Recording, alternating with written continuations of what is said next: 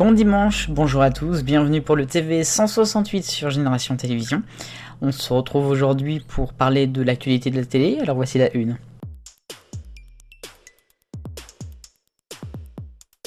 À la une, j'ai choisi de parler football, une fois n'est pas coutume. Et pour parler football, on va parler Mediapro dans le TV 168. Mais oui, parce que Mediapro a raflé il y a presque 2 ans maintenant, ça passe vite, les fameuses diffusions de Ligue 1 et de Ligue 2 à Canal+, ça les avait laissé un peu de froid. Eh bien, Mediapro a annoncé donc la date de lancement de sa nouvelle chaîne qui diffusera notamment donc les matchs. Ça sera le 25 juillet, c'est à peu près pour le début de la Ligue 2. Il y aura un studio qui va être créé, il y aura peut-être même des célébrités qui vont venir commenter les matchs. Bref, ils y vont assez fort. Ils espèrent avoir un peu plus de 3 millions d'abonnés. Je trouve quand même qu'ils vont un peu fort dans la besogne. Enfin bon, pourquoi pas. Il y aura aussi des nouveaux services, notamment sur internet, qui seront aussi mis en place. C'est 25 € par mois.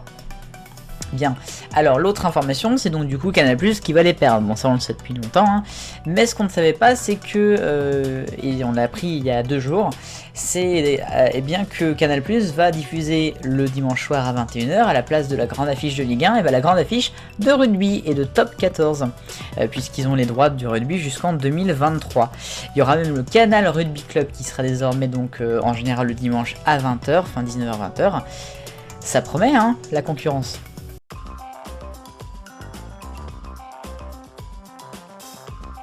Et maintenant, c'est le rayon actu dans le TV 168.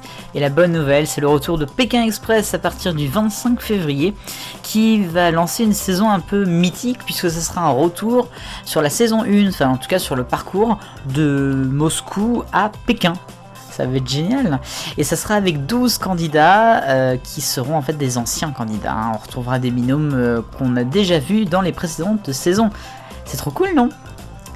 Dans l'actualité également, on va parler de Nabila, une fois n'est pas coutume, mais on va parler de Love Island. Vous savez, cette émission qui sur ITV marche comme du tonnerre.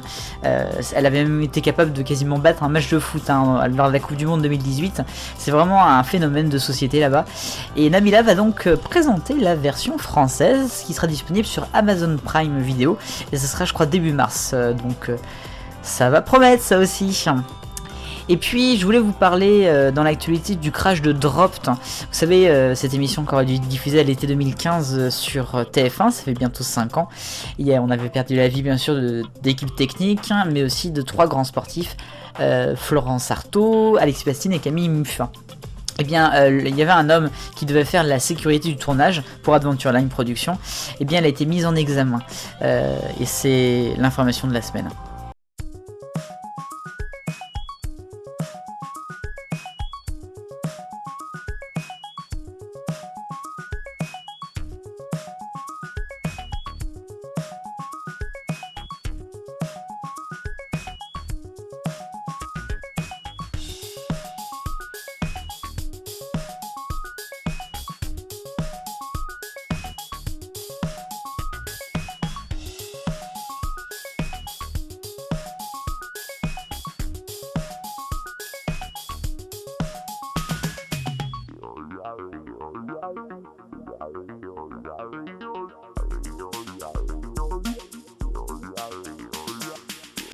Alors focus sur quelque chose qui s'est passé vendredi, c'était sur ITV. Je regardais en plus, une fois n'est pas coutume, le This Morning, une des émissions les plus anciennes de daytime au monde. Une fois n'est pas coutume aussi. On a retrouvé les 4 animateurs, les animateurs de la semaine et ceux qui prennent l'émission le vendredi, ensemble, en direct. Déjà, il y avait quelque chose qui était chelou. Et puis alors là, on a vu les présentateurs du vendredi dire bonjour et tout de suite passer la parole aux 2 présentateurs de semaine qui étaient là, on ne savait pas trop pourquoi. Et en fait, on a vite compris. Et moi, je voulais vous en parler parce que ça a été un moment de télévision très fort.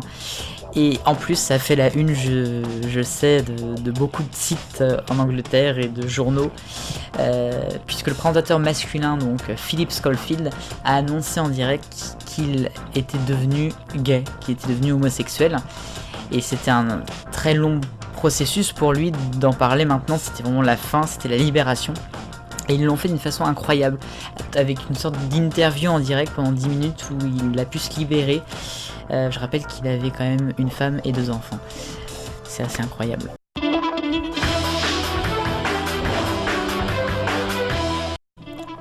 Et les points, et c'est la crise à Télématin, on va encore en reparler parce que cette semaine, Laurent Bignolas a parlé en fait, hein, il a accordé une interview dans le Parisien et il a encore rajouté un peu du beurre sur le pain de mie, puisqu'il a encore dit bienvenue dans la famille, mais avec réticence et tout, d'après ce qui est dit.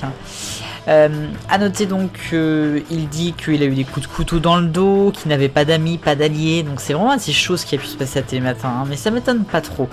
Le départ de William Desmargis, ça a été assez chaud aussi, hein, dans le même idée. Alors maintenant, il y a une nouvelle productrice, c'est Ophélie Raduro, depuis, je crois c'est depuis quelques mois, et l'émission est un tout petit peu plus axée sur l'information, et les personnes apparemment qui posaient problème sont parties, et maintenant il est dans un environnement un tout petit peu plus serein. On espère pour Télématin. Et c'est l'heure de la question 168. Canal+, alors est-ce qu'elle peut survivre sans la TNT? Et vous êtes une grande majorité à avoir répondu oui, à plus de 50% de vos voix.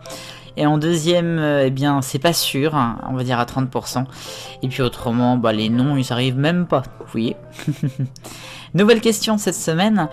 Star à nu, l'émission de TF1 là, qui a été diffusée avec les hommes et les femmes. Est-ce que c'est une bonne idée? Selon vous, bien sûr. Hein. Vous pouvez voter dans la description. Merci beaucoup.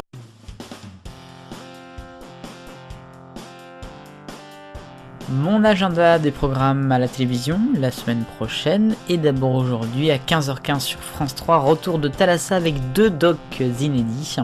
Et puis ce soir sur Énergie 12 en prime time, retrouvailles présentées par je ne sais pas qui. Et puis vendredi, ce sera la Saint-Valentin. Pour ceux qui ont la chance d'être en couple, il y aura les 12 coups du cœur sur TF1, inédit également.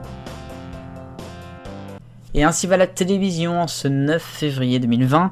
Je vous retrouverai, si vous le souhaitez, dimanche prochain pour un nouveau numéro du TV 168. Je vous souhaite une très belle semaine, vive le bonheur, on est tous des millions de copains, salut!